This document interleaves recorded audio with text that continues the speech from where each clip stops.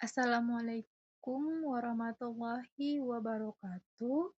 Salam hormat kepada Ibu Dewi Anggreni SPD MPD selaku dosen dari mata kuliah Umum Bahasa Indonesia dari sesi 989. Sebelumnya, izinkan saya perkenalan diri terlebih dahulu. Nama saya Zahratul Hasana dengan NIM 253346164 dari Prodi D3 Keperawatan. Nah, saya di sini akan mempresentasikan hasil dari artikel yang saya buat dengan media PPT yang berjudul Peran Perawat dalam Pencegahan Stunting. Baik, yang pertama kita akan membahas tentang pendahuluannya. Stunting adalah gagal tumbuh akibat kekurangan gizi kronis pada 1000 hari pertama kehidupan atau HPK dan berdampak jangka panjang pada perkembangan kognitif, produktivitas, dan kualitas hidup. Prevalensi stunting di Indonesia mencapai 21,6% menurut SSGI 2022. Dan juga jauh dari target 14% tahun 2024. Kajian literatur ini menelaah peran strategis perawat sebagai edukator, care provider, koordinator, advokat, dan agen perubahan komunitas dalam upaya pencegahan dan penanganan stunting untuk mendukung pencapaian SDGs 3. Nah, lebih singkatnya, definisi stunting itu merupakan gagal tumbuh akibat kekurangan gizi kronis pada 1000 hari pertama kehidupan atau HPK. Karakteristik dari stunting ini ada tinggi badan anak di bawah 2 standar deviasi dari median menurut WHO. Yang kedua, terjadi pada periode kritis perkembangan, yaitu dari masa kehamilan hingga usia 2 tahun. Yang ketiga, bersifat kronis dan sulit diperbaiki setelah periode tersebut. Prevalensi di Indonesia 21,6%, target nasionalnya adalah 14% pada tahun 2024 dan ternyata masih jauh dari target SDGs 3. Nah, selanjutnya pembahasannya kita yaitu mengapa stunting penting untuk SDGs 3. Yang pertama ada dampak kesehatan.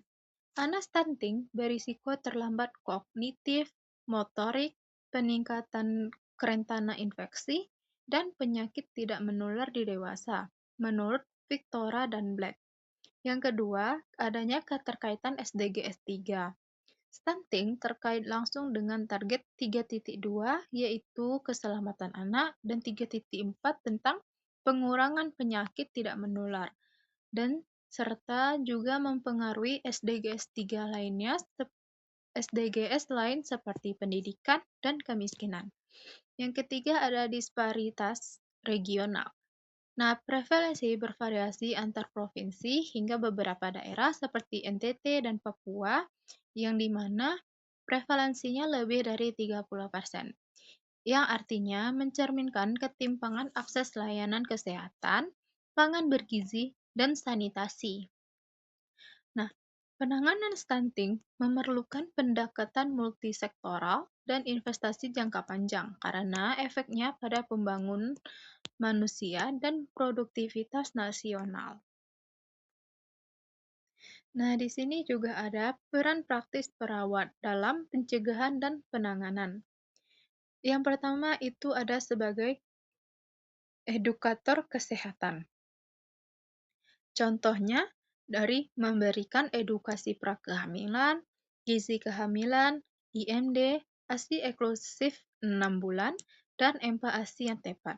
Metode komunikatif sensitif budaya meningkatkan adopsi perilaku. Yang kedua, care provider dan pemantauan.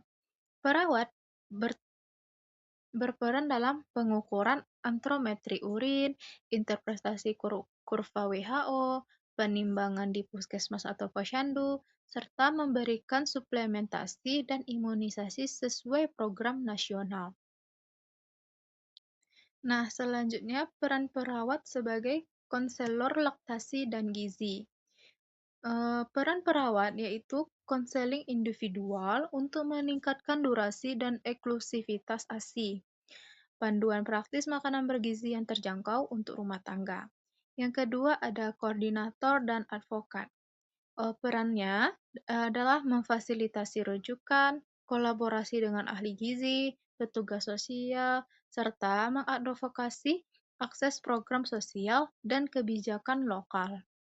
Nah, dalam penanganan, perawat juga terlibat manajemen gizi klinik, seperti terapi dan suplementasi, stimulasi tumbuh kembang, pendampingan keluarga, manajemen penyakit penyerta, serta rujukan tepat waktu. Selanjutnya ada tantangan, penguatan kapasitas, dan rekomendasi kebijakan.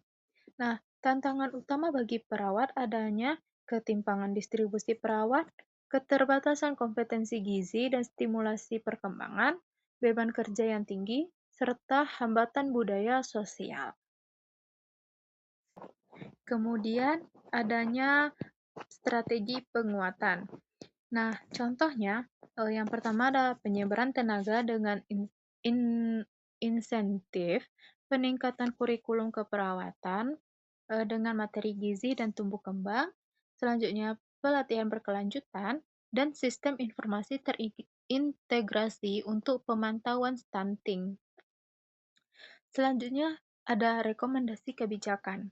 Nah, pemerintah perlu mengakui dan menguatkan peran perawat dalam kebijakan nasional, investasi kompetensi, SOP teknisi khusus perawat, serta insentif untuk penempatan di daerah terpencil. Selanjutnya, yang terakhir ada implikasi praktik.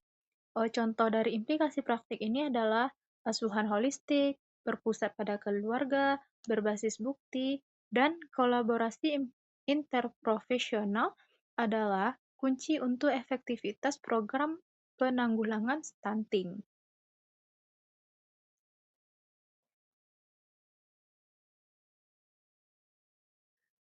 Nah, selanjutnya ada kaitan dengan stunting dan SDGs 3.